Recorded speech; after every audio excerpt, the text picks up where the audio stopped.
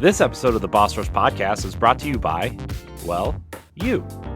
If you want to learn how to support the Boss Rush family of podcasts, head to bossrush.net or our Patreon at patreon.com/bossrushmedia.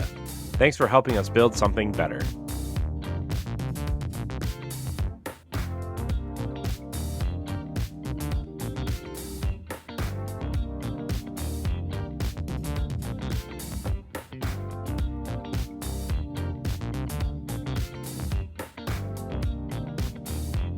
Hello, everybody. Welcome back to the Boss Rush Podcast, a great place to play games and be better. I'm one of your hosts, Corey Deering, and alongside me this evening is none other than the mad pharmacist herself, Stephanie Klimov. Man, I almost thought you were going to introduce me as the PC muscle race, but thankfully not. Sorry. But hey, best night of the week. I'm here. I know. It is. Laurent's not here. He's been working really hard and doing a lot of, life things, so he gets the night off. Yeah. Lucky bastard. Yeah. Oh. Well, you just said you were happy to be here. Are you happy, or are you wishing you weren't here? I don't know. No. We're gonna. Pat's a new permanent fixture. You guys are both gone. It's just me and Pat now. Not just Also, Pat. Yeah. PK Power. Excuse I me. know. Get it right. I'm getting there. Also joining us is none other than PK Power himself, Pat Klein.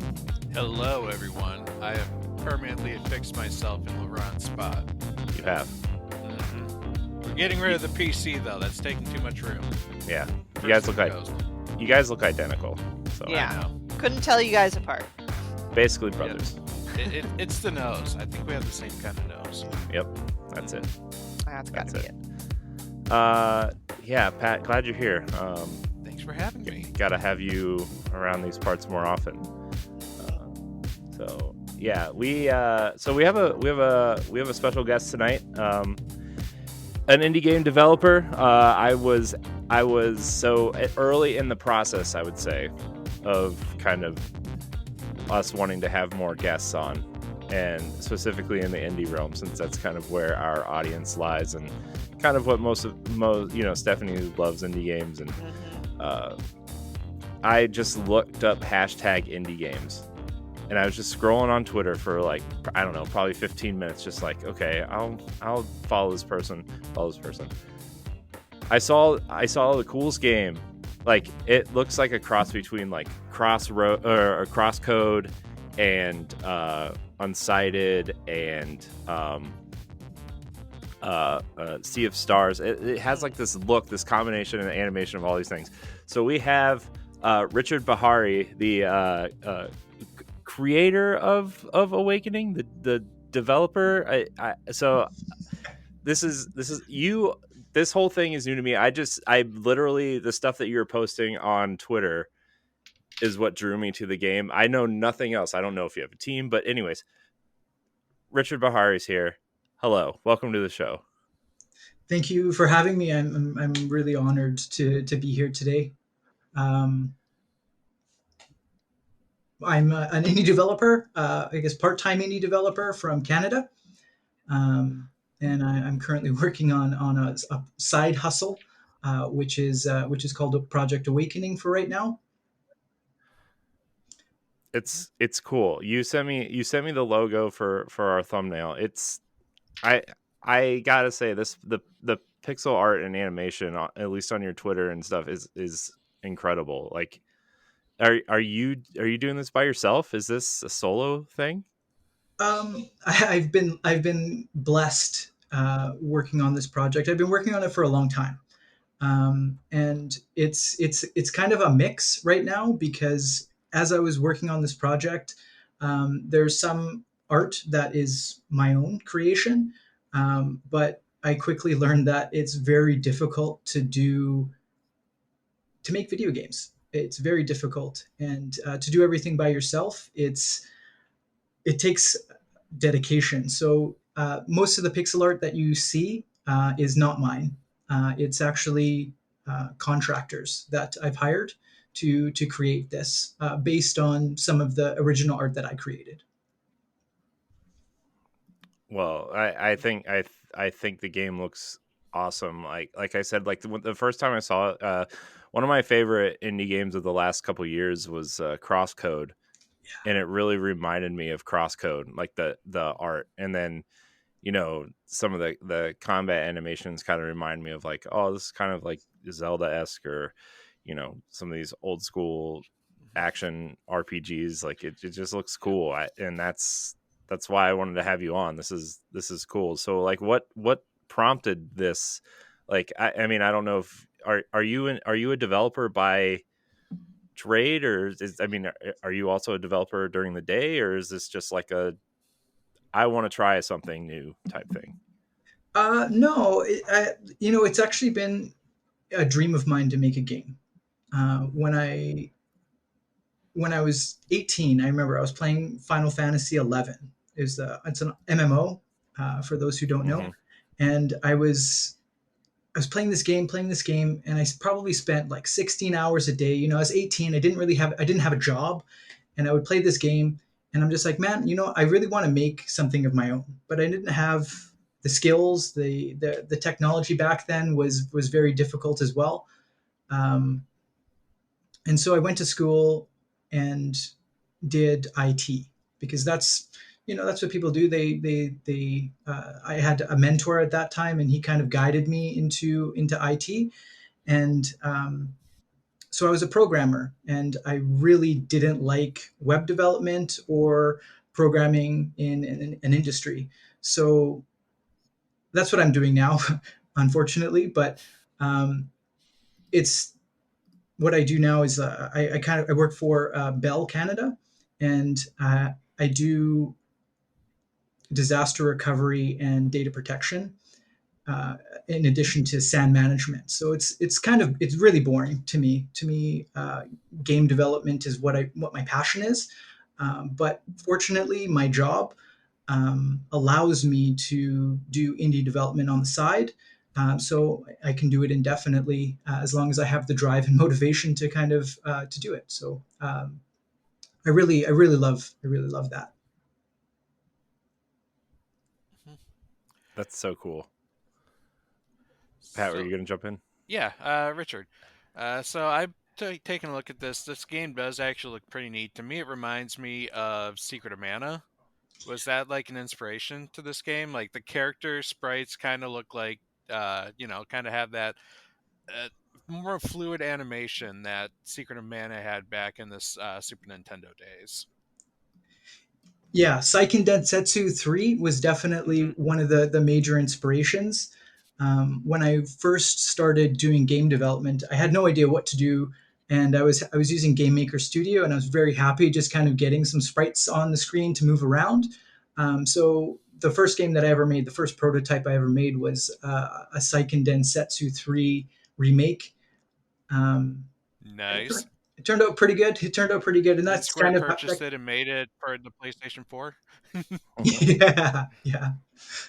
That was you, right? Yeah. Trials of Mana is great. Sorry. Oh But man. so, what are you using? Are you still using Game Maker for this as your engine platform? No, I actually switched off Game Maker and moved on to Unity. The main purpose for that was, as I was kind of like learning on Game Maker, the inexperience of programming and building a larger project kind of like made a lot of bottlenecks in terms of development. So I decided to switch to Unity to do the development, partly because the asset store, and because it's way easier to onboard people into Unity than anything else. So in my current project, Project Awakening, I've been lucky enough to get two team members onto my team, one for marketing and then one for business. So we branded a new studio to kind of take this on, but it's rebuilt in Unity. Nice. So, like, what? Tell us about Project Awakening. Like, what is kind of the main like plot behind it? Like, what's it about? So we're actually doing an application for CMF. which is the Canadian Media Fund, and part of that application is defining what exactly the project is about, and coming up with some very concrete timelines and what makes a game. So Awakening right now is a retro style action RPG with roguelite elements and two playable characters. So that's kind of the sales pitch. It's in terms of a story. It's basically about what does it mean to be a hero, and so the game premise is to challenge the general RPG model of killing everything and collecting items. So in this game, you can actually beat it without killing anything, similar to Undertale. Nice pacifist route. That's pretty awesome. Nice. Yeah, that's Can cool. you do vice versa and then also could do the genocide route with it Absolutely, absolutely. So I want to ask about the engine question. So you said you rebuilt this whole thing in Unity. Is there a reason why you chose Unity over something like Unreal? I mean, I just know those are kind of like the big kind of quote unquote people who don't have their own engine use these two. So is there a reason why you picked Unity over Unreal? Does Unity offer any perks similar to Unreal? I don't really know. Yeah, Unity and Unreal, they do a lot of the same things. I mean, Unity is very good because it allows for 2D and 3D, like a blend, and Unreal, I believe, is just 3D. So for me, in my comfort level and what I'm actually capable of doing, I chose Unity just because I'm more familiar with C# and the engine itself. I spent a lot of time just kind of learning, so that's why I chose it. But I know that with Unreal is kind of like the industry standard now. Yeah, I was just curious. You know, I know some people prefer Unity over Unreal for specific things, especially in a 2D game. I think a lot of people prefer Unity, especially for pixel-based 2D games. So I was just curious. Yeah. So let's dive into some questions from our community. We Wadaberry asks a ton of questions. She asked, where do you see your game and yourself 5 years from now? Like, I'm gonna piggyback off that and ask, like, do you see yourself like trying to put this on everything? Do you see yourself trying to explore a Game Pass / PS Plus route? Like, I mean, I'm sure you kind of just want to get this game finished and out the door and say you made a game. I mean, that would be amazing as well. But have you thought about stuff like that? Yeah, absolutely. Right now, the goal is to get it out on PC, aiming for like a Steam release. So right now we're kind of working on getting a Steam page up, and there's a lot to kind of getting a very good Steam page. But in a couple of years, the goal would be to release it on Steam, and if it's successful, if there's motivation and drive for more, the idea would be to release it on Switch, and that's the target platform of choice because I love Switch, and PlayStation and Xbox probably last. I know Corey might be hard to hear that, but Xbox, yeah. It's fine. Yeah, but the goal would be to release it on every platform, if possible. Yeah. This seems like the type of game that would exist and thrive on Switch or whatever Nintendo plans on doing within the next couple of years. Unfortunately, the Switch is probably coming to the end of its life cycle in the next 18 to 24 months. And so I mean, I would imagine it would be really hard for me to imagine a world where Nintendo doesn't attempt just a more powerful version of this console, and that things like your digital purchases are backwards compatible at least, right? For sure. Yeah, I would So hope so. That would suck to lose the entire Switch library with a new I, system. oh, you mean like the Wii U and the 3DS? Yeah, sure, I was Mhm. there. But I would imagine something like this existing on Steam Deck would probably be awesome too. Mhm. I don't have a Steam Deck. I'm very non PC gamer, so I refuse. Just That's kidding. why you have Laron. I know. But she also asked what has been the biggest lesson in your experience as an indie, she says publisher, but developer really. I guess publisher too. Are you going to self-publish? Have you talked to anybody about publishing? Like, I mean, I don't know if you're that far in development or not yet. As of now, I want to do like a self publish, mainly because I want this is my baby, and I don't want anybody to take away any Hmm. of the creative rights or like force me to do something that I'm not really wanting to do. Um, so part of it is that's the goal to get it out the door, either on personal funds or right now we're like I said we're doing an application to the Canadian Media Fund to get some money from them. That's cool. I know Canada offers a lot for game developers, especially independent developers. Is that a driving force behind continuing this project too? I mean, I don't really know how all that works, I guess. Yeah, absolutely. So essentially the way that it works is with the Canadian Media Fund, they give money for all different stages of development. So there's conceptualization. So if you just have a project idea but you don't have any artwork, you don't have any framework for it, you just have an idea, the Canadian Media Fund will pay you $10,000. Obviously, this is Canadian, so it's not that much if you have to pay in American, but they'll give you 10 grand to create a concept for a project. If you already have a concept created, you can apply for the prototyping um, program, which will give you up to $250,000, which obviously is a lot of money to fund a game. And if you are successful with that, you can also go to a production program, which grants you up to $1.2 million in development. So this will cover Oh costs wow. for just about everything.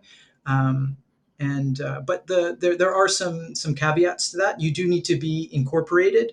So as of now, we are branded Super Ultra Smash Studios, um, and yeah, so we're applying for that right now. Cool. Awesome. Yeah, that's cool.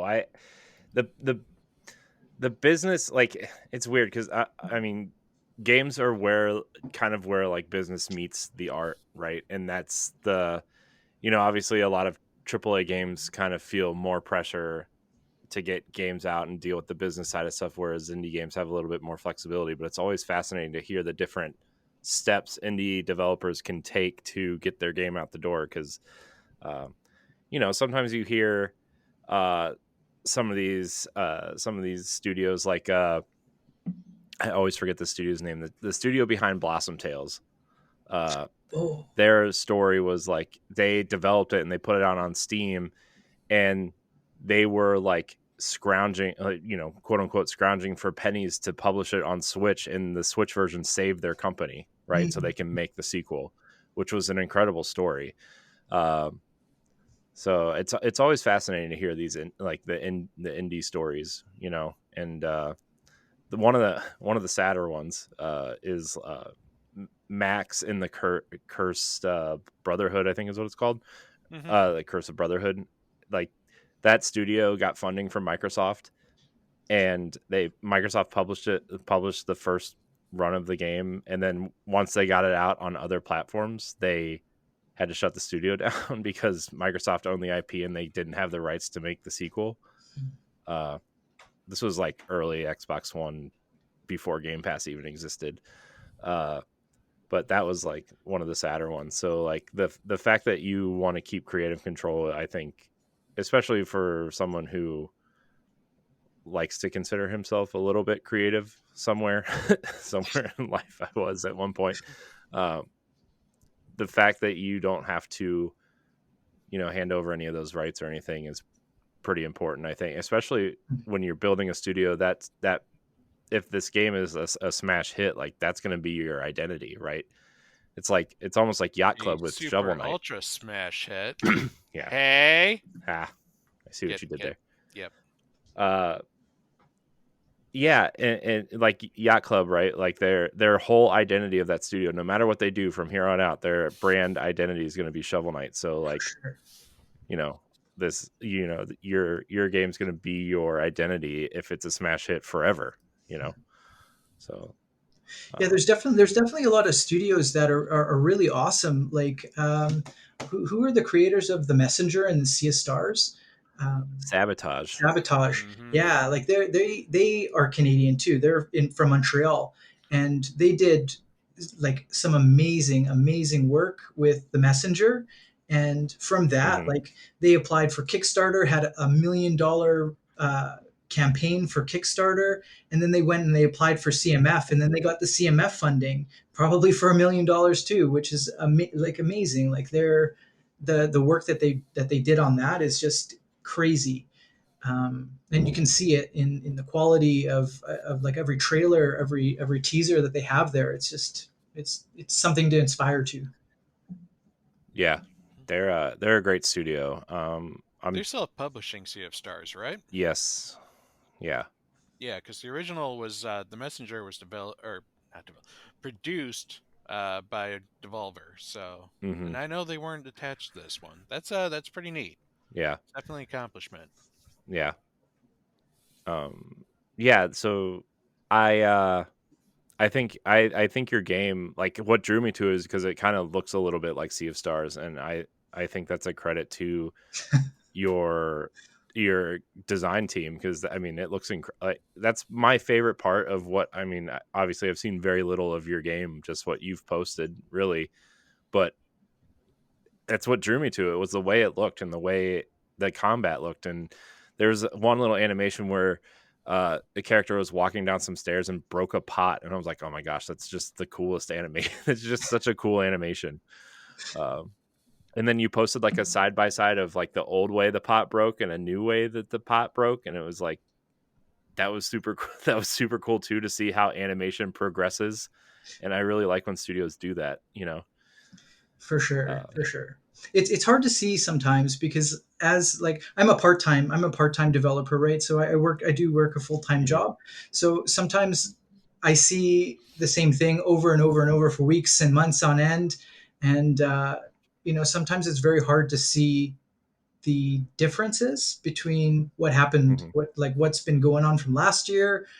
So keeping spreadsheets of things that are completed is very important to kind of keep motivation going, because if you're doing this over and over and over, sometimes it's very hard to keep motivated. So you definitely need to take the time to look back and see how much you've progressed as a developer and as a person. It's very nice to reflect. Yeah. Also, like, when you post stuff like that, it means you are a tinkerer and a perfectionist, I feel like, which is, I've not that this is anywhere close to the same thing, but I've kind of gone through and redesigned all of our thumbnails and like refreshed all of our logos and stuff. And it's like, I gotta stop tinkering, but I see something and I'm like, I like the way it looks, but it can be better. And so I'll sit there and like laser focus on this thing for like a week, and I got to get it all done. Cause once one's done, I can't just leave it alone. I have to go back and do the rest of them. But that was something I noticed, that it's just like, I like when like when you care enough to notice something that it can be better, and so you not fix it, but make it look cooler, So I have a question regarding no questions. Damn it. Just kidding. No. So you mentioned how like you kind of felt discouraged a little bit until you like saw what you've actually accomplished. Like, what would you say is probably one of your biggest accomplishments, or like something that you like challenged yourself and you actually really liked how it turned out? Just recently, we had to come up with a new method of development. So part of it is how do we produce a game within 2 years, and within that 2 years this game has to be tested and playable, bug free as much as possible. So part of what we were doing with our current framework was, we had to keep building the game in order to test it. And so just recently we kind of looked at it and we're just like, okay, if we program it with scriptable objects, so scriptable objects within Unity are just kind of like a container of data. And the nice thing about scriptable objects is you can edit them on the fly.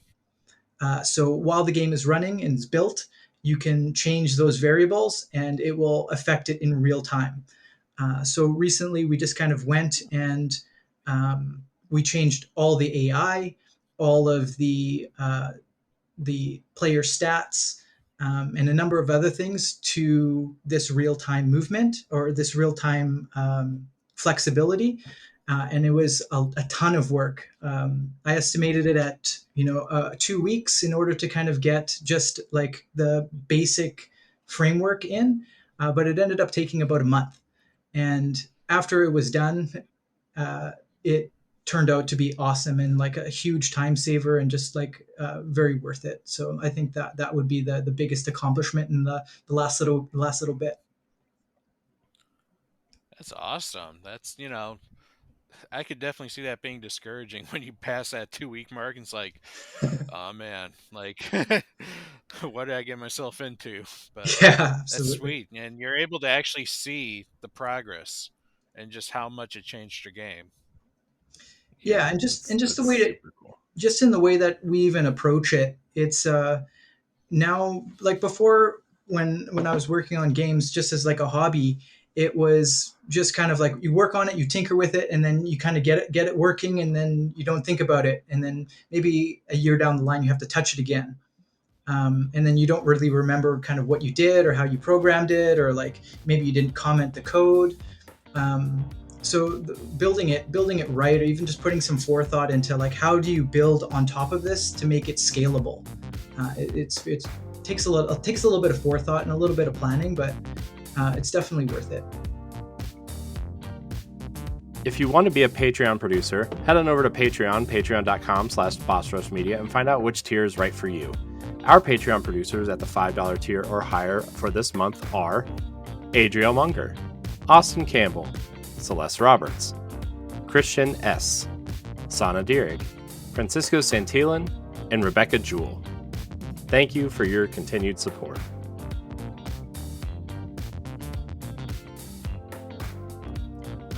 So we have a few more questions for you to answer. If you can, what advice do you have for others who want to follow in your footsteps?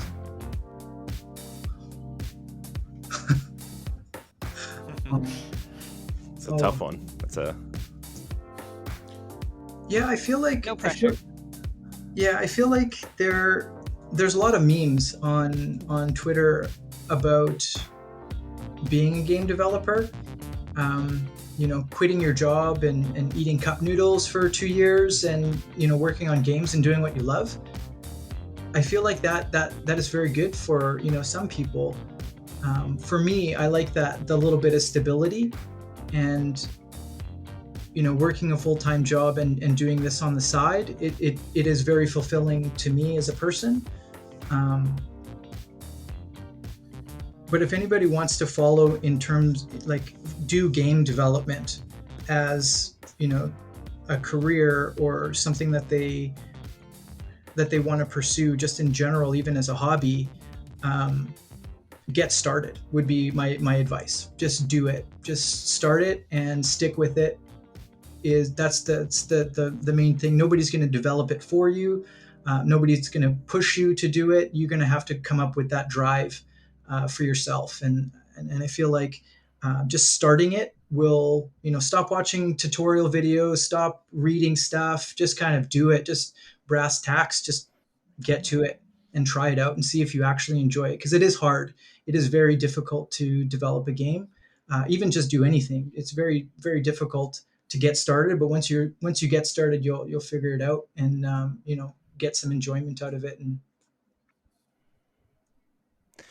Yeah, that's good advice. I sometimes we get asked that in terms of like, YouTube and podcasting, which again I know is not not the same thing. I mean, turning on a microphone and a camera is probably way 9,000% sure it's easier than game development, right? But like, some people are get stage fright, or like they just don't know what to do or say, and like and I'm sure this is true for game development too, is like the first time you do it, the first time's not good, right? The first maybe 10 episodes of a podcast aren't good, or the first time you design a game, that's it's not good, but it's something that you can point back to and kind of learn from what you did before. So that's No, good. I really appreciate that answer, because there are parallels to any other medium. So I have published books, and whenever I talk to people about it, they're like, "Oh my gosh, how'd you do that?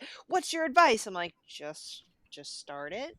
And it's not to minimize that work and effort. I've got, like many published writers, many rejections from publishers. Many. Like, being a creator and getting things published, whether it's self-published or traditional publishing, there's always going to be a lot of setbacks. But taking that in stride, the hardest part really was actually just starting it, and the rest kind of, because I think, especially with creators, we are our own worst enemy. So if you could just take one step at a time, you're doing what the majority of the rest of the population are not doing. Mhm. Yeah, it's very easy to be distracted in this world. There's so many things to distract you. There's so many new TV shows that are coming out every day, so many new video games that are coming out to every single day, and like it's very easy to be Too many video distracted. games coming. Yeah, Yeah. and it's Or very easy. I'm doing research. Yeah. That's a good one. Classic Stephanie. I I think that. Go ahead. Sorry. Yeah, I feel like I just want to mention that I feel like you're selling yourself short because, like for me, being here today, I'm very nervous. This is my very Aw. first interview, and I feel like I myself am like, uh, like a charlatan, and I haven't released a game yet. So am I really a developer? But I feel like just creating content, talking, like putting on a microphone and being on camera and speaking, like that in itself, like I don't know if I'd be able to do that myself. So you guys are doing great work here, so don't sell yourself short. It is very difficult too.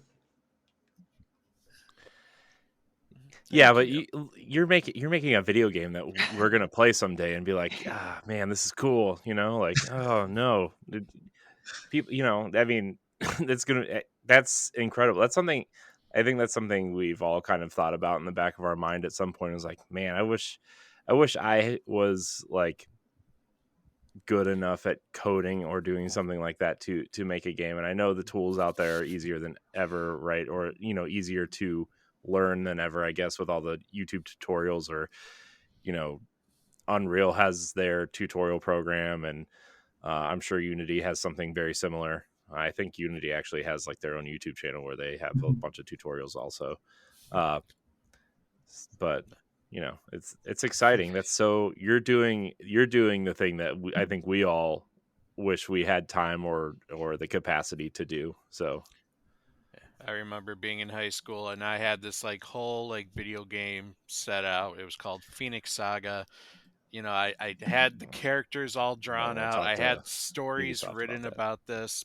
It's just uh I mean, you're living a dream that I wish I, Mhm. could do. I just don't think I would have the patience to go through development. Mhm. Well, Yeah, we can I mean, schedule a meeting and talk about some of your ideas. How about that? Awesome. yeah. Hmm. Um, so all right, so yeah, this is great. I'm really excited to see more of this game in the future, in the coming weeks, months, years, however often you post. This is cool. Maybe play that Switch version someday. Stephanie will play it maybe a year before me on Steam Deck, but that's okay. Absolutely. And if there's ever going to be a physical limited edition, I will be buying that too. Just saying. Oh, yes, absolutely. Absolutely. I definitely want to do a physical edition. I'm a huge collector of the physical indies. I love them. Right? Hey, well, since you brought it up, in your own like ideal world, now we're just playing for fun. Like, there's super rare games, limited run, fan gamer. Like, there's many different kind of venues for physical publishing. If you were to have your way with creating a physical for your game and tossing in some items for a collector's edition, like what would be your ideal collector's edition for your game? Like, would you provide stickers, art postcards, keychain? What do you think? Hmm. I think an instruction manual for Manual. sure. Instruction manual for sure. Yeah. Yeah, for the Um, win. Nice. for like the stickers and postcards, to be honest, I'm not a huge fan. I'm not a huge fan. I collect them, but like I don't really do anything with them. They just kind of sit there and take up space. But maybe No, they're not like my favorite either. They're just the most common that I can think of. for I sure. got so many from PAX and they're just sitting in a box. Yeah, the instruction manual and maybe an art book I think would probably be best. If we do get like we definitely have some nice audio and like music tracks. So creating something that has like some soundtracks maybe attached to it would be something that would be nice too. Nice. Yeah, I was talking to VGNY Soft, Video Games New York Soft, and they put out a couple physical copies of indie games, and I got like a special edition of Yuppie Psycho, and they were talking about what are actual collector's items that people really wanted, like actually wanted, and one of the top ones were game manuals. So. Mhm. Yeah, it seems Yeah. like a lot. It seems like something that's lost now. Mhm. You don't see them anywhere really. You get these Switch games or PS4 games, PS5 games, whatever, and then they're just like just a case and a disc, and that's it. Yeah, a Mhm. big plastic case and a tiny little chip. I'm like, really? Sometimes you don't even get that. I mean, Wolfenstein for Switch was just a download code, just a piece of paper with some numbers on it. I'm like, Boo. it's fine. Lame. It's not Yeah, fine, Corey. Not everything's fine. I'm not really It's all fine. not a huge fan of the digital games. Yeah. I I think instruction manuals are a must. I remember when Binding of Isaac came out on Switch a couple weeks after Zelda, I think, way early on, and it came with an instruction manual and all this stuff. I'm like, whoa, look at all this stuff that's they stuffed inside this tiny Switch case. And then you open up Street Fighter, whatever the HD Final Challengers, I think it was called, and it's just like there's not even any art inside the cover. It's just this white art with a little, you know, Switch game. It's like, oh well, you know. Yeah, that reminds me of a story. So like I went and I bought this huge lot of physical games that was being sold, and one of the games was a Street Fighter game, and it was Street Fighter Arcade, and it had Akuma on the front cover, and I popped it in my PlayStation 5 and I was ready to play it. I'm just like I invited a couple friends over to play it. And I'm just like let's go at it, and all of the characters were DLC. and the DLC code was used, so it was pretty crappy. It was pretty Oh it was pretty crappy. no. So you, Oh. It's Oh, always a bummer. Well, so yeah, should we? Are there any? Is there anything else we want to talk about your game before we kind of talk about what we've been playing and get into some topics? I mean, I could talk about your game the rest of the show if you really want to, but you know, Yeah, how long have you been working on this project? so I guess the idea behind it was kind of, it's something that's been streamed, like it's revolved like around lots of iterations. So it's been in the works since 2016. Um, and this is just kind of refining the idea and Hmm. refining what it actually is, and like what do you want it to be, like what we want it to be. Uh, so it's been in the works for a long time, but I feel like now that I've got some people, I got two people on my team, and they're really phenomenal. I'm really grateful that they're with me on this project. They've helped kind of define what the goal is and what the end goal is. So at this point, we're kind of working toward a plan of 2 years to be released, and we have a very good goal. And now it's written all on paper, and the plan is kind of in the works. So yeah, it's coming along. Hmm. That's awesome. that's awesome. I know, like, a lot of time development hell is a real thing. Just look at Dead Island 2. It's like that game was announced, and like almost 10 years later, we finally, like, oh yeah, by the way, this game's done now. Yeah, Or will be done. And maybe someday. well, it is done, but I Yeah, get to talk about it later.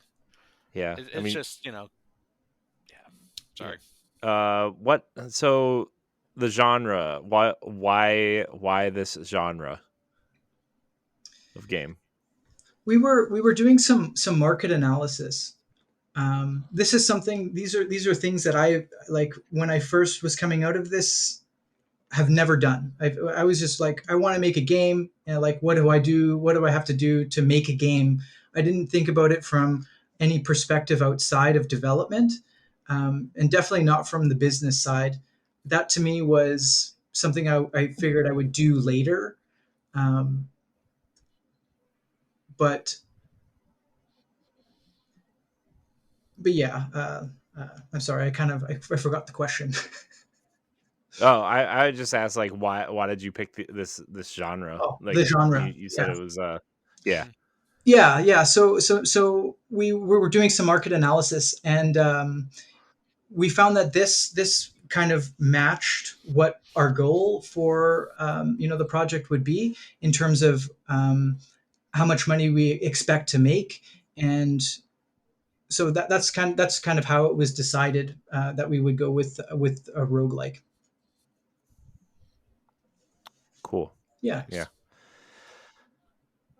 Well, this is very insightful from a indie developer. Just like it's super cool to see a project almost, I don't want to say in its infancy, but like in develop, like, you're deep in development now, and this is cool. I can't wait to see what the finished product is, and we're going to be championing this game here from here on out. Like, this is cool. uh I'm really glad I found you. Hashtag indie games. Those hashtags work, guys. They work. Yeah, I'm definitely going to be looking for some play testers to kind of give some honest feedback. Maybe not right now, but a little bit along the line. So definitely going to keep you guys in mind if you guys are interested in that sort of thing. It still will be early on, but would be loving to have you guys try it out if that's something you're into. Yeah. Awesome. I'd love to try it. Have you? One last question before we get into what we've been playing. Have you thought about early access, like Steam early access stuff? Yes, yeah, we definitely thought about it. That is undecided at this point, but it's definitely something on the radar that we're looking into. Cool. Well, Project Awakening. The Awakening logo you sent me is super cool. By the way, I love it. It's so cool. Check. Coming to PC first sometime in the near future. Richard, we're going to talk about what we've been playing, and since you're our esteemed guest, you get to go first. So, about last month, I completed Majora's Mask on the 64. Yeah. For the first time? For the first time, yeah, and it was really awesome. I really loved it. My wife wanted me to play this, and she was encouraging me to get an emulator, and I'm just like, no, that's not going to happen. So I went and I got the physical N64 cartridge and played it how it was meant to be played, and it was really amazing. I really enjoyed it, especially knowing that they came out with this game within a year, using a lot of the assets from what's the game called now? I'm drawing a blank. Ocarina of Time. Ocarina of Time. Yeah, so it's really amazing. Awakening will definitely have some elements of this game as well. Mask trading? Is there gonna be mask trading? Not mass trading. The time loop. The time loop. Okay. Ooh, okay. Okay. Okay. But yeah, like that was the most recent game that I completed. I love playing League of Legends outside of that, so I was actually playing a couple of games today of League of Legends. For me, that PvP experience is one of the best. Most frustrating, but one of the best. Yeah, it's one of those games, man. It sucks you in. I'm a big Destiny player, so like I know, the multiplayer stuff. I know what you're feeling, sort of. I don't play MOBAs, but it's got that kind of feel to it. You get so frustrated. You're almost at that win, or you make that big comeback at the end. So good. For sure. Oh, Outside of that, I was playing Young Souls, which is an indie game. It's like a co-op brawl or like a beat 'em up, and I was playing that with my wife. We did it co-op and got through the whole experience. It was actually really fun. It was really fun. Nice. Cool. What's it called? Young Souls? Young Souls. Yeah. The art style is really interesting. The dialogue and stuff is a little bit funky, but it's actually a really good experience if you do want to give it a shot. Oh, this is on Game Pass. In your expert opinion, would you say it's better than Teenage Mutant Ninja Turtles? Don't go there. I can't say. I didn't actually try that one yet. River City Girls? I didn't try that one either. Oh man, you should try River City Girls. It's really good. Okay. Way Forward. We actually had Adam Tierney, the head of publishing on Way Forward, on a couple weeks ago, and he directed River City Girls, and it's an incredible brawler. And then they made River City Girls Zero, which is like a callback to like the old NES, River City Ransom, and that art style and everything. And then there's a sequel out now too, so highly recommend River City Girls for sure. I have a copy of it. It's on the list. It's on the list. Yeah. No, I mean we all have that list, right? We're like, someday this game will come off my shelf and go into my box, and I'll play it someday. So, that's definitely one of the biggest struggles. That's definitely one of the biggest struggles of like, do I work on this or do I play the game? Yeah. Yeah, it's the lifelong struggle. So, Pat, what are you playing? All right. Well, for those who know me, I have a goal of playing and beating 30 games this year. I managed to get through number 14 this week, and that 14th game was Dead Island 2. Nice. Ooh. You're on a roll, dude. Thank you very much. I'm starting to wonder if 30 was too little. So I got a question about Third, that. No, man. So we got is that 30 complete, or just finishing the game from start to finish? um it's usually from start to finish, but I do very much like try to do as much as I can in these games. So like if it's Dead Dead Island 2 is one where I did finish, and then I continued playing some of the post mission quests in it. Um, Otherwise, like I do the 30 games aren't just like small games either. Like there can be some massive ones. I did finish Octopath a couple weeks ago. Octopath 2 or sorry, Octopath Traveler 2, and that game took me over 90 hours. So, Jeez. Damn. yeah. There, and I expect Zelda is going to be, at least in the 100-hour range. Oh my And gosh, that's Zelda's gonna be got so to be good. in the complete category for me. Zelda scares me. Yeah, it's I'm looking forward to hearing what reviewers are going to say. Hopefully they come out tomorrow. Dungeons, guys, they're back. Oh, don't ruin Mhm. it. Gosh. Sorry. Spoiler. I went and hopped on, side note, on our Twitter chat, and that's the first thing I saw. I'm like, F. Dang it. Oh. Not uh, dungeons, just mountains everywhere. Yeah, okay. Mountains. Too There we late. go. Anyway, keep going. Yeah. So Dead Island 2 was I played Dead Island and Dead Island Riptide, and I enjoyed these games. It's kind of like an open world zombie game, survival game. But the second one went through a developer hell and went through actually three developers before they landed on their fourth developer that made the game. And I thought they did a pretty good job. They instead of doing an open world, they did kind of like open segments. Like you have the whole of LA, but there's a Bel Air segment. There is a Beverly Hills segment, Hollywood Boulevard, Venice Beach. Instead of connecting them all, like there is a load screen between these connections, and I feel like those bite-sized chunks allowed them to make more detail to their level design. The gameplay itself is an absolute blast. Like this might be one of the most goriest games I've ever seen. Like the gore Ooh. physics is almost art. Like you hit someone in a certain place, and the flesh rips off, and you can literally like after you beat or kill a zombie, you can literally just keep beating it and watch like parts of it like just fly off. Mm. They put a lot of detail with like how would a zombie be dismembered, and it's I gotta say it made it very satisfying. Like I don't consider myself a violent person, but it's like there was something soothing about it. Wow. You got some something you want to get off your chest there, Pat?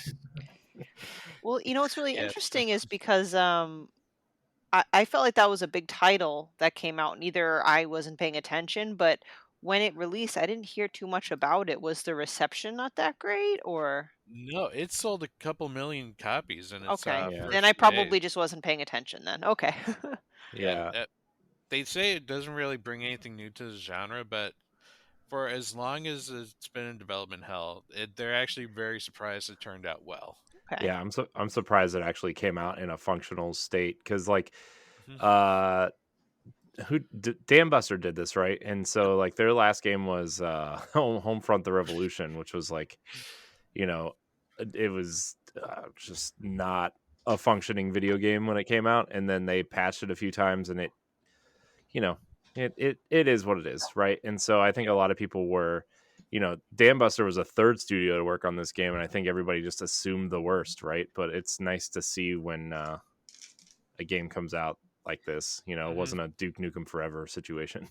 Well, here's what Yeah. kind of is a pet peeve of mine in gaming. Like, people need to sit down and relax about not every game needs to be this new state of the art, Hmm. genre breaking, revolutionary thing. Like, yeah, Hmm. that would be great once in a while to keep things fresh, but not every release has to be like that. You just need to be not broken for the most part. Yeah, not broken and just fun to play and just good. Like, and also the other thing with open worlds, like not everything has to be an open world to be a good game. Those are the two things that I always hear criticized about titles, and I'm like, can you just shut the fuck up? If it's a good game and it works, then it's a good game. Sorry, just rant over. I mean, I'm Yep. going to talk about 2 of those games in a minute. So, Well, I will save one of them because you have it also. I did go see the new Guardians of the Galaxy movie over the weekend, so it immediately made me think I have yet to finish Guardians of the Galaxy, the video game. oh, it's so So I immediately re-downloaded it, and Yay. I'm about halfway through it right now, and it's they got the spirit of the Guardians of the Galaxy so perfect in that game. The banter is spot on. It made me laugh out loud several times. Like I texted Steph last night one of the jokes. The Guardians were going through a file, like this Nova Corps file of all like the villains that Nova has seen, and one of them was Drax. And Peter Quill makes the comment, "Oh, Drax, your criminal file is pretty big." And Drax returns, "That is what your mother said to me." And then what made it funnier was Rocket's comment of, "It's great because his mother's dead." It's just like, wow, that just went dark. yeah, that I want to say that I actually think the game is better than any of the movies. You need to I'm see not. the third one. The third one. This third movie is absolutely amazing, I by know, the I've way. heard many people say it's like the best out of the 3 Guardians movies. Yeah, It is funny. It is emotional. It's got the right mix of action and like storytelling. It's good. yeah. I was kind of concerned because, like, I mean, I don't think it's a big secret that Dave Bautista is just tired of working for Disney. Like, Mm, he just, he's not a fan. and like, the the whatever is happening with Chris Pratt over the internet. Like, I think I think everybody just is kind of done with the whole situation, regardless of what side you're on. Yeah. And with James Gunn kind of taking over at DC, I think a lot of people were just expecting this to be like maybe like a phoned in movie at some point, but like the fact that it turned out as good as it did, and like Groot is a practical effect in this movie for the most part, right? I think, right? Just like the Christmas special, the holiday I mean, special. he like yeah, he's like it's. I think there's like a mocap actor like who kind of stands there for Groot, but yeah, he's CGI. Oh, okay. I just because in the holiday special he was a practical, like it was a guy in a suit and like only his face was animated. So I thought maybe they took that approach to the movie too, but maybe not. I don't know. It's however they've done it before. Like it's he Okay.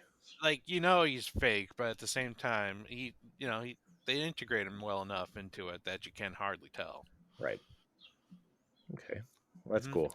Nice. So that final game we're going to talk about is Redfall. Hmm. Corey, That have you little talked bitty. about this game yet?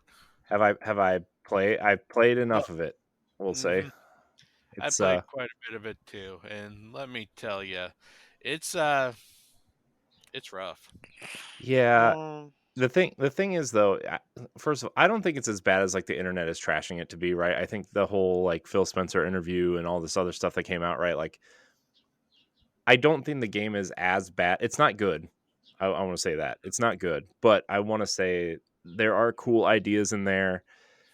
I think Arcane, especially because like Arcane Austin is, whether or not this is true or not, is considered like the B team of Arcane, right? And so like I think Even B team, they did good work with Prey. Like yeah, this, but Prey that, wasn't well that received when it came out, though. That's the thing. I it's think because it after a few came after Prey updates, 2. yeah. And Prey Uh, 2 kind of killed it. uh, so I think there's cool ideas. I think the whole vampire, like, I think murdering vampires is cool. I think that's a cool premise for a game to go around in like a Borderlands style world with your friends and kind of just kill vampires and cultists and get cooler, weapons that do cooler things to kill vampires in cooler ways, right? Like I think that's cool. But like I don't know. I think the weird thing too is like it feels like they took the Dishonored ability wheel and like just chopped it up into pieces and passed out random abilities to people. Well, if And you had to make it different, like, oh, you want to play this person who has like this ghost sniper rifle or yeah, the teleporter or yeah. yeah. And it just doesn't feel finished, and that's not great. But and like the Xbox Series X version only runs at 30 frames a second too, which is not a ideal frame rate for a shooter either, right? And the textures pop in, the AI is not very good. It's just, I don't know. I walked up to some of the enemies, just straight up walked up to them and shot them in the head, and like nobody else reacted. Nobody reacted. They saw me walk up and didn't react. Like it was just kind of, also like some of the animations were broken. Like I saw this guy walk down the stairs, but he wasn't walking. He was like in his idle standing animation, and he just kind of like floated down the stairs. I'm like, Huh. I this is had weird. people like, kind of halfway in the ceiling, and Yeah. I've had or not zombies, vampires that were literally not there. Like I would shoot them, Hmm. but nothing happened. So Yeah. And like some of the enemies are like, just, I don't know, but the vampires are kind of cool. Like some of the I don't know if they're like bosses or what, but like when you go into the hives, right, and like you see some of the cooler looking vampires, it's cool. Like that feels like the game, and then you get out into the open world and it's just empty and barren and just a bunch of dumb people walking around, and you're like, huh, no, they had some great ideas. Like this yeah, game has potential, and maybe if they do a Cyberpunk 2077 thing where, they rework it over the next couple of years and like patch it up, it could very well be a good game. yeah, Uh, yeah. I think there's a good idea. There's a kernel of an idea here that's really cool. I hope they stick with it. I don't know if they will or not. I know Arcane is hiring for their next project, but I think that's Leon, which I'm assuming is going to be Deathloop 2, since the voice actor kind of just came out and basically said he was working on the whatever the code name was for Deathloop 2, mhm. and uh so yeah, Redfall is interesting. It's definitely on the back burner for me now, especially with Zelda coming out, right? But like Yeah. it's if they fix it, I will go back because I think it's a cool idea. But if Microsoft kind of comes in and says, hey, let's just move on, we're just gonna write this off as a speed bump for us, we're gonna move ahead and kind of Well, figure out what's Phil next. did promise he would get some of that stuff fixed, like Yeah. especially like 60 frames a second. He said that was one of the promises he gave us, and that didn't go through. So he wants to make sure it Hmm. does. Yeah. That's a very Yeah, that's but actually a very Redfall is. that's actually a very unfortunate Go ahead. thing. That's It's unfortunate that the industry kind of does that, where if this game were to be pushed 6 months or a year, how good would it be?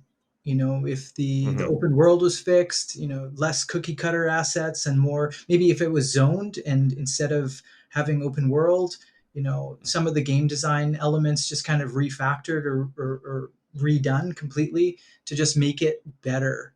Like it's kind of sad to see that all these developers, hundreds of developers probably put in all these years of work just to see a project kind of burn and then be abandoned. It's Hmm. really unfortunate.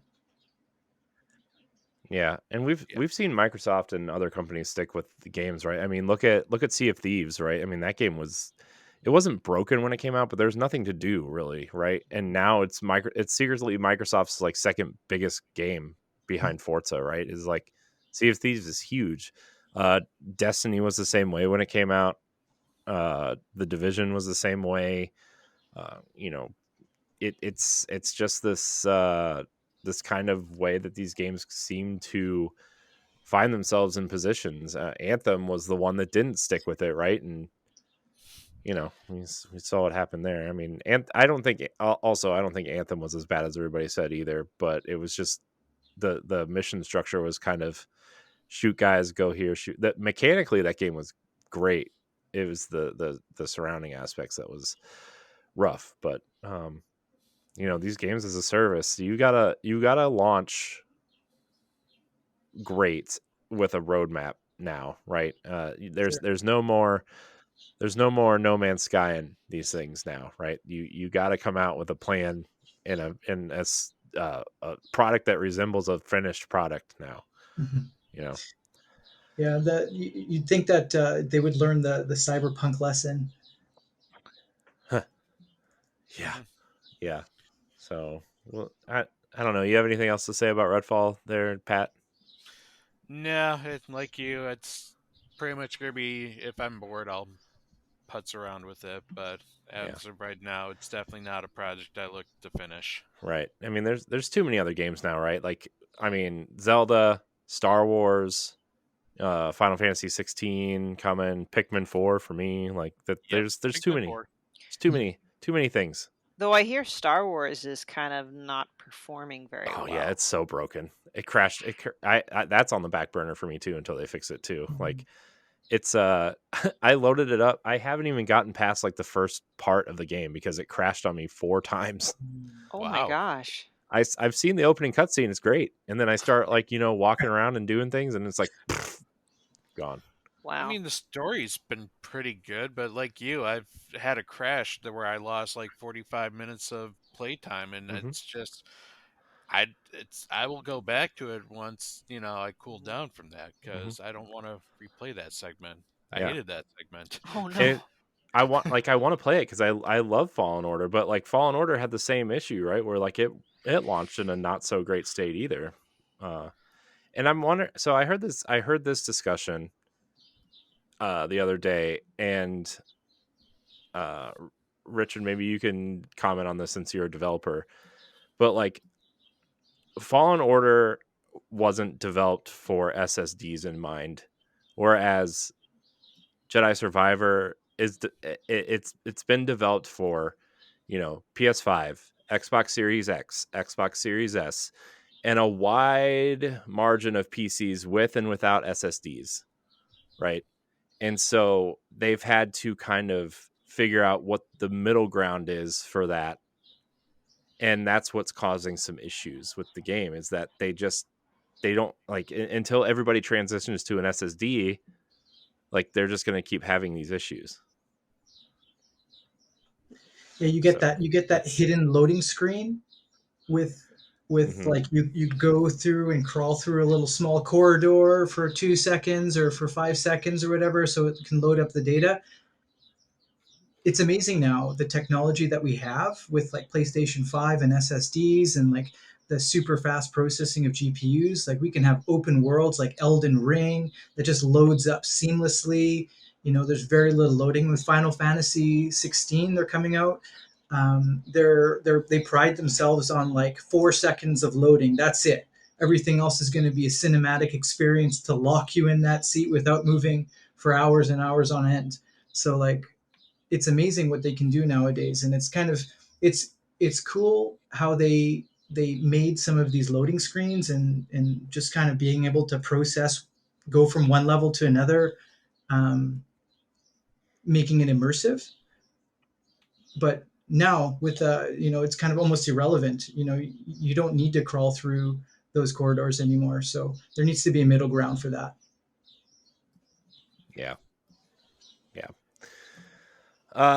Stephanie, what are you doing? What are you playing? So I know I dabbled in a lot of games the last time we recorded, but I've whittled it down to one game prior to Tears of the Kingdom coming out, and I'm still playing Roots of Pacha, believe it or not. I really got into it. If people missed last week, it is technically a farming sim, and it's been many years since I played a farming sim because it's one of those things where I played my first one ever, Harvest Moon 64, loved the heck out of it, but couldn't really get back into it ever again, only because every single Harvest Moon after that was just the same. And I just, come on, really?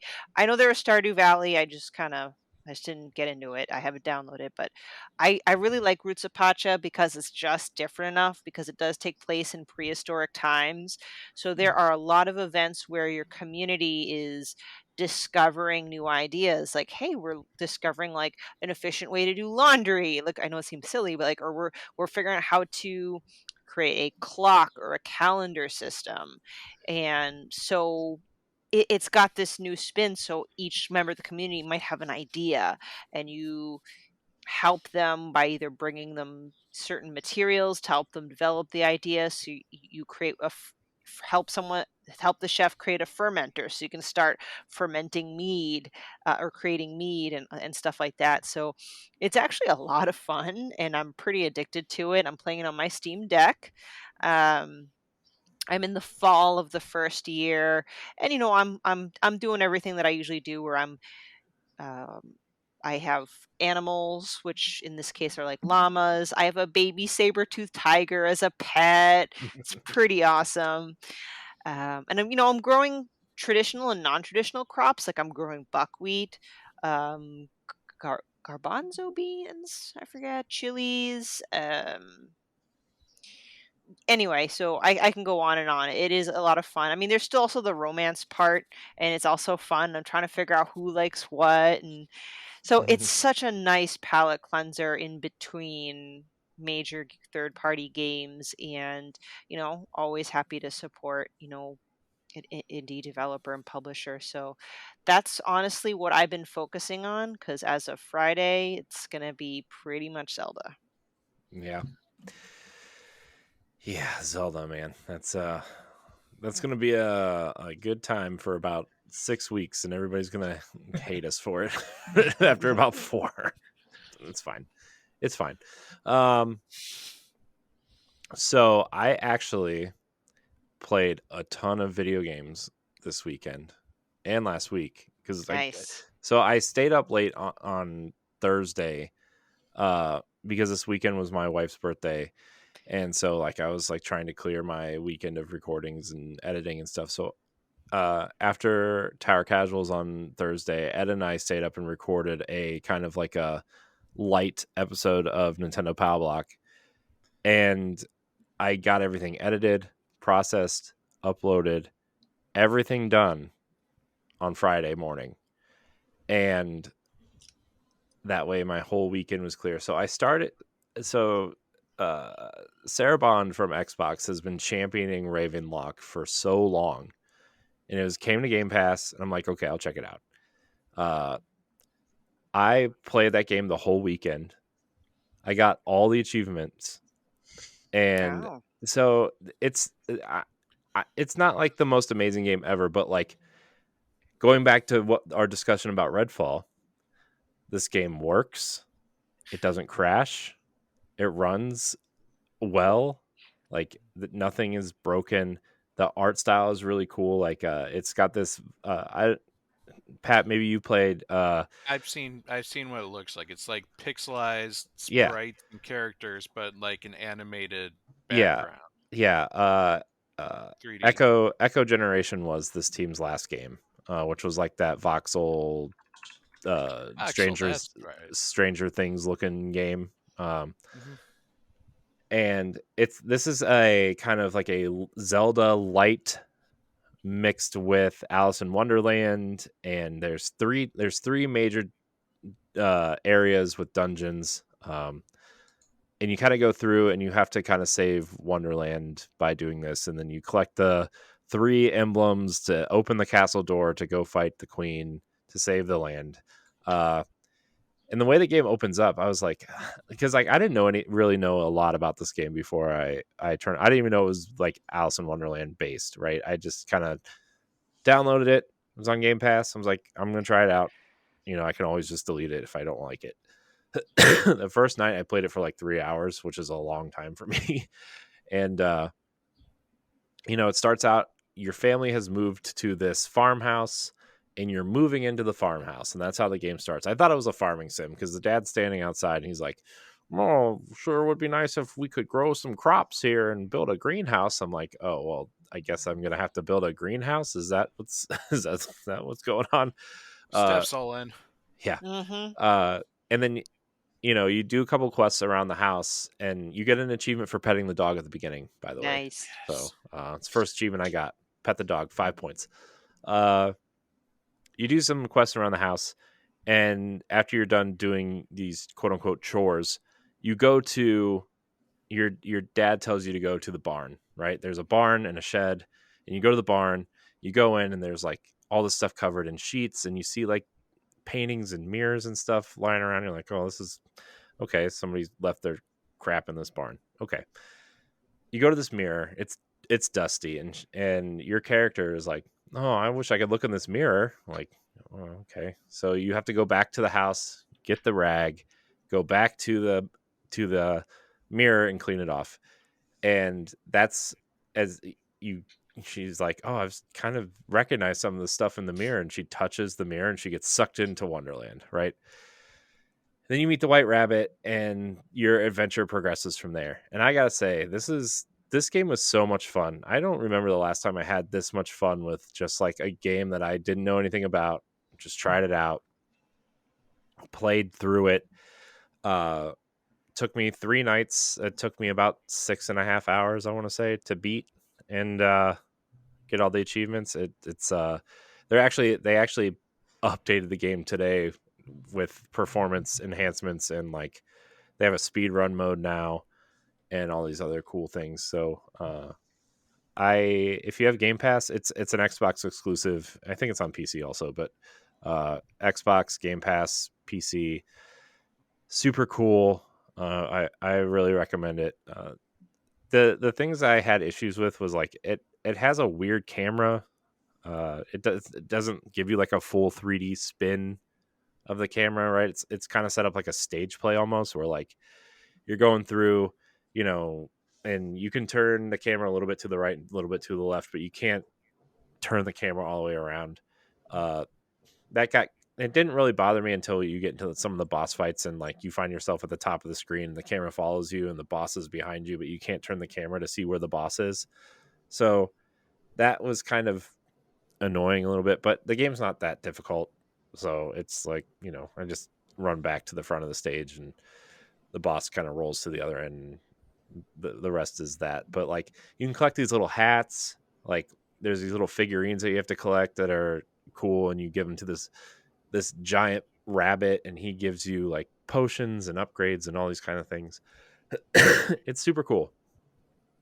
One of the other games I started playing this last night, actually, while I was editing an episode, was Unpacking. It's just like this. Nice game. Mm-hmm. Yeah. I don't know. It's kind of like, basically you're just unpacking stuff and putting it in places, right? And you kind of go through this person's timeline history type thing. So I'm on the third year, which is 2007. The first year was 1994. Second year was 2004, and now I'm on 2007. So that's a cool game. I got really upset at Disney Speedstorm. I think I mentioned this last week. So I deleted it and started playing Mario Kart 8 instead. So that's but yeah, I was actually pretty proud of myself for not only playing 2 indie games this weekend, but finishing one of them. That's awesome, dude. Mm-hmm. Yeah.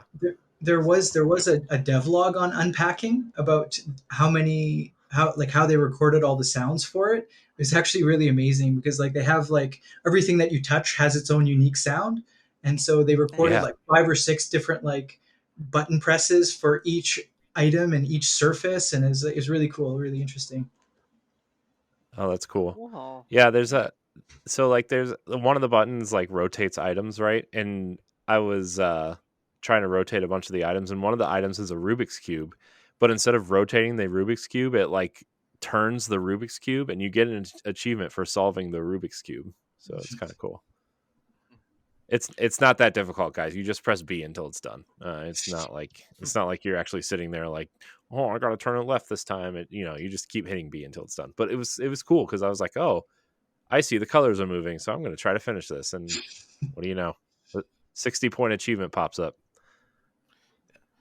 Thank you for reminding me about achievements. That was probably the cardinal sin about Redfall, is that they have odd number achievement points. I know. There's some with 7. There's some with 4. I now have a gamer score that I cannot get a perfect like 5 or 0. 5 or 0, and that's going to make me mad because now I'm going to have to play it Till I get a perfect 5 or 0. Yeah. The thing for me with Redfall or with that is Lego Pirates of the Caribbean has odd numbers. There's only 2 odd numbers in that game, but one of them is worth 3 points.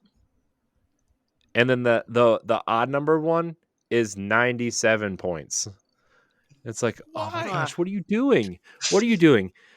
What are They're you making doing? people. They're trapping Nobody people with OCD. That's what they're doing. They're like, nobody "Ha! nobody You have likes to odd finish number my game achievements. now." No, end your achievements in 5 or 0. I beg Mhm. you. Richard, I will not play your game if it has an odd number achievement.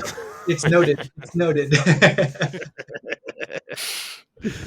I'm only half kidding. So yeah, that's what I've been playing. We've actually been going for like almost an hour and a half. So I don't know. Do we want to get into any topics real quick, or should we call it there? I mean, I think this was a great conversation. I think we had a lot of I great. have a question for you guys, if that's okay. Yeah. All right. So for me, video games have changed my life and changed. Video games. Everything in my life revolves around video games now. So my question for you guys is, how have video games impacted your life? Oh boy, that's a loaded question. I mean, I guess so. I'll start because it's mine's kind of quick, but also like super impactful. Like I started doing podcasts for fun because of games. Like friends and I like games, and I started personally podcasting about 10 years ago, almost at this point, 9 years ago, and with various people and groups and whatever. But this group currently, Boss Rush, and our YouTube channel and our podcasts and the things we talk about and do with games and stuff got me my current job. It had nothing to do with like my resume. Maybe they looked at it, but like my boss has come out and told me several times that our podcast and our YouTube channel was the main reason why he hired me. That's awesome. And I wouldn't be doing this. I mean, maybe I would be podcasting about something else. I don't know if I didn't play video games. I don't know. Maybe not. But like video games have totally changed and impacted my life in that way. And I mean, I'm sure we've all been there where like our parents growing up were like, don't play those video games, or there's rot your eyes or something. I don't know. They're bad for you. And I think that video games offer a lot more than maybe somebody who doesn't play realizes, right? Like stories and cool characters and interesting puzzles and gameplay. Because I think people just think of Mario and people think of Call of Duty, right? That's and Fortnite probably now, but like, Don't forget Grand Theft Auto. oh yeah, I forgot It's about that teaching too. kids how to jack cars and beat criminals. Yeah. Mm-hmm. So I think this medium has impacted me in a lot of different ways, but that's like the main one, and I'm forever grateful that video games exist, and that, I mean, of course my wife's the person that made me apply for the job, so I have to throw her in there too. I'll throw her a bone, but yeah, it's kind of crazy how this hobby of mine and kind of what we're trying to build into something bigger got me my job currently, which is, I produce videos and podcasts for an IT marketing company, and we have events and all kinds of things, but like that all stemmed from my knowledge of streaming and podcasting and video editing and just things that I've kind of taught myself over the years. So Nice. For me, I started with video games because my eldest cousin lived in my parents' house for a couple of years while he was in culinary school in Boston, because that's where I live, like in that well, not in Boston proper, but anyway. And I would watch him play, NES and SNES games, and then eventually Ocarina of Time on N64. And my kind of claim to fame on how video games changed my life was Ocarina of Time, The Legend of Zelda. Just opened the creative box to my brain. In fact, my first novel used to be a fan fiction of what happened after Ocarina of Time. Like, I just decided to write fan fiction because I love that game so much. And that's where I'm like, you know what? I want to tell stories. So for me, I appreciate video games for the stories that they tell, because I just struggled with reading. I don't know why. Maybe I just have I don't know, I'm not smart or something. Like, it's hard for me to focus and get into a story just by reading words. And I don't know, TV, it's very passive. And I feel like video games as a medium, you kind of get the best of both worlds. You get to interact with the story, and it's engaging, and it's not just words. There are words, but it's not all words. So it just inspired me to write novels, and now I'm writing my fifth novel. And B, like, it's what's keeping what little creative brain I have left from my normal day job. So Well, video games has massively affected my life. In the beginning, video games was more of an escape for me. My childhood was not very good. And so video games was kind of that way to escape reality and to go into a reality where I wasn't viewed necessarily as a bad guy, but I could be like a hero. That I would have like companions that relied on me, and I'd be able to go on these quests to save worlds when, my real life just kind of, I always felt like the bad guy or different and just not really accepted. Video games made me feel accepted. Um, as well as, escape other things that were going on. But it's went from an escapism to something that now I am actually very proud to say I am a gamer. Uh, I have met a lot of amazing people in this day and age where we can connect with other gamers from afar. Like the amazing people here at Boss Rush. Stephanie now is like I consider one of my best friends, and we would not have met if it wasn't for our love of video games. yeah. And and it helped me open up, talk a lot more, especially when I got into podcasting. Like I developed pride as playing these video games, something that was originally taboo and just like a waste of my time according to everyone else that I was around. But now it's like, hey, did you play this game? Oh yeah, I played this game. What was your favorite part about the game? I love this. You have these like conversations, and you get engrossed and realize that this is also such a great medium to tell stories, to like just bring like it like I understand the appeal of books and movies, but there's something like interactive about the video game that is just it's enjoyable for me. It's very immersive. And to be able to now tell people, like even at work, like one of the first things that like they're like, oh, introduce yourself, tell us a little about you, tell us something people don't know about you. I'm like, I podcast about video games. I've done it for over 6 years, and like I am a massive gamer. I will not hide that fact. And people like it's amazing. All these other people, oh yeah, I played this game, or I like to play this game, and it's like these people never had real like conversations about the games because they always kept it like it was like a closet secret to them. I got made fun of And because I played video games. yeah, same as a kid, and like yeah, not people still think of me as a geek, but I'm a geek that's passionate about this, and they accept that, and it's not like a bad make fun of. It's like, hey, he may be wasting his money on this stuff, but at least he's passionate We about own our geekness now. Yeah, You wear know- it as a badge of honor. Yeah. You know what I used to tell what I used to tell my mom when she used to tell me to stop playing spending so much money on video games. Used to tell her at least I'm not buying drugs. Oh, Yep. yes. She didn't like that. So. Thank you. Moms. Am I right? Thank you for that. That definitely brings a lot more motivation into my life.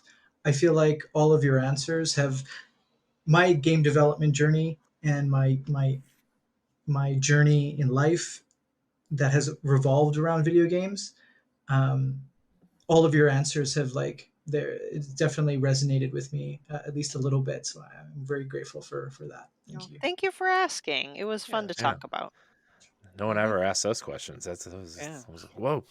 Uh, yeah, I mean, like Pat said, I think the podcasting part of it, at least, helped. I mean, we would not know. None of us would know each other. Whether it's us three or, you know, I mean, even Richard. Like if we we would have never even known you existed if it wasn't for podcasting or games or us just trying to find cool, interesting people who just share the love, and whether it's the same way or a different way, and I'm very grateful for the friends and people that I've met and the friends that I made doing this, right? I mean, I consider everybody that's part of Boss Rush in general like more of a friend than any of the people I know in real life, and it's that bond over gaming, and Absolutely. And Mhm. it's Boss Rush that opened my eyes that there are games beyond Zelda.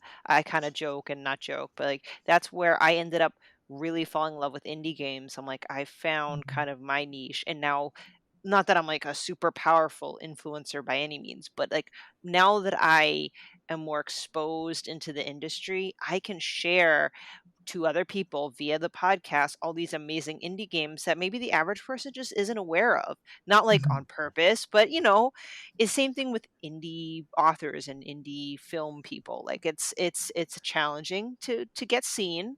So it's great to be able to have an active discussion and share all these wonderful indie games that I've either played or heard about or talked to the developer with. So mhm. Mhm. And I mean, a lot of people too, like I used to, like, it would take a lot for me to play an indie game. And I made it a personal goal of mine to play more indie games, and I think especially Stephanie plays a lot of indie games, and has turned a lot of indie games onto me over the last what how long we've been doing Wahaha. this, I guess. So like, I'm grateful that I'm still finding new games and learning about new games too, because I'm a huge Destiny player, and like it doesn't get really any any more AAA than that, right? Or Horizon, or even Zelda at that point. But like finding something like Ravenlock on Game Pass, or N plus plus, which is a game that I really adore. Um, or it's just games. They're great. They're great. Uh, but I think we're gonna call it there. Richard, thanks for joining us. This was Hmm. awesome. I'm glad that we found you and had this great conversation. Do you want to tell people where they can find you or your game if they want to check it out, or read up on it, or just look at the awesome animations and Hmm. screenshots that you post all the time? Yeah, absolutely. I mean, there's still a lot of stuff that's currently in progress, but for social media, I'm pretty skimpy. I don't really use a whole lot. But you can find me on Twitter. My handle is at Bahari Richard, and you can shoot me a message. I'm definitely open for that. And I'm very Cool. grateful for this opportunity to have this conversation with you guys. It was excellent. It was fantastic. It was much better than I anticipated. I was very nervous. I Yay! was very nervous coming on here, and there's definitely that part of me where it's just kind of like I can make an excuse and cancel, and I'm glad that I kind of pushed through that and challenged myself to kind of make it here today because I'm definitely one of those closet introverts. So I'm very Oh, grateful for the opportunity. Thank you guys. I get it. You're always welcome back. Seriously, when Yeah. you've worked Mhm. hard, made some progress, want to chat with us again, like Yeah. we're here. We want to hear about it. Thank you. Definitely. If it makes you feel better, I was really nervous reaching out to you as well, because like there's a lot of people out there who are developing games who either like don't respond, or Mhm. unfortunately some people just send you a message that's less than positive, we'll say. So Aw. like this, I and I think the thing too is like this is a unique situation because we're kind of interviewing you in the, not the beginning, but like Still your very early on. process, your whole process is kind of beginning in terms of where are we putting this, how long where's our timeline at, and that's a unique perspective that I don't think a lot of people get, because a lot of people developing are so secretive about their games too, and Mhm. this was cool. This was great. I want to have you back, when the game is further in development, maybe after the game comes out also, to kind of talk about it some more, and we'll definitely be playing it. I'm sure one of us will review it and have an article on the site about it. And this is great. So thank you for coming on. Thank you everybody for listening and or watching. You can follow us on Twitter at Boss Rush Network, at Boss Rush Podcast. You can check out all of our content on bossrush.net. You can subscribe to the YouTube channel. And thank you so much for watching. And until next time, we love you. Goodbye. Bye, friends. Bye-bye. Later. The Boss Rush Podcast is a product of Boss Rush Media, LLC, and is recorded from our headquarters in Akron, Ohio. This show is produced, written, and directed by me, Corey Dierig. My co-hosts are Stephanie Klimov, LaRon Dawkins, and Edward Varnell. You can find Stephanie at Klimov_author on Twitter and Instagram, as well as on the EXPcast. You can find LaRon at Exodus803 on Twitter, Instagram, Twitch, and YouTube, and also on Crossroads, the video game podcast. You can find Edward at ThatRetroCode on Twitter and Instagram, as well as hosting Nintendo Power Block. You can follow me on Twitter and Instagram at IamCoreyInHD, and find me hosting Tower Casuals, the Destiny podcast, and co-hosting Nintendo Power Block. Find the Boss Rush Podcast on all social media platforms at Boss Rush Podcast. You can also follow Boss Rush Media and Boss Rush Network on all major social media platforms. Join the Boss Rush Network Discord and Facebook groups to interact with other friends and fans. Thanks for listening, and we'll see you next time.